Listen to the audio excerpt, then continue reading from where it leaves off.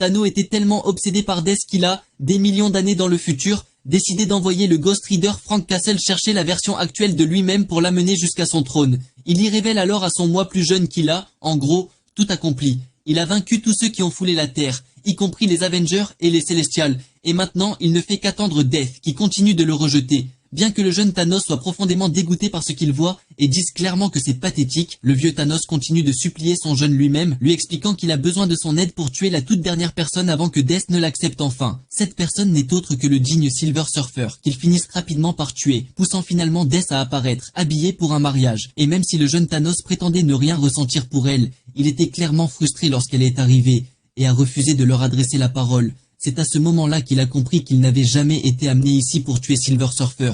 Il était là pour tuer le vieux Thanos afin que celui-ci puisse enfin mourir et rejoindre Death. Et puisque la seule personne capable de tuer Thanos, c'est Thanos, il a besoin de lui pour mourir. Alors, après un long combat, au moment où le jeune Thanos était en position de le tuer, il a pris un fragment de la pierre du temps, a refusé de le faire et est parti, promettant de ne jamais devenir ce Thanos pathétique. Mais pendant que le vieux Thanos continuait de supplier Death d'être avec lui, il a soudainement commencé à disparaître. C'est alors qu'il a compris que le jeune Thanos avait tenu sa promesse en retournant dans le passé pour se supprimer lui-même afin de ne jamais devenir ce qu'il venait de voir.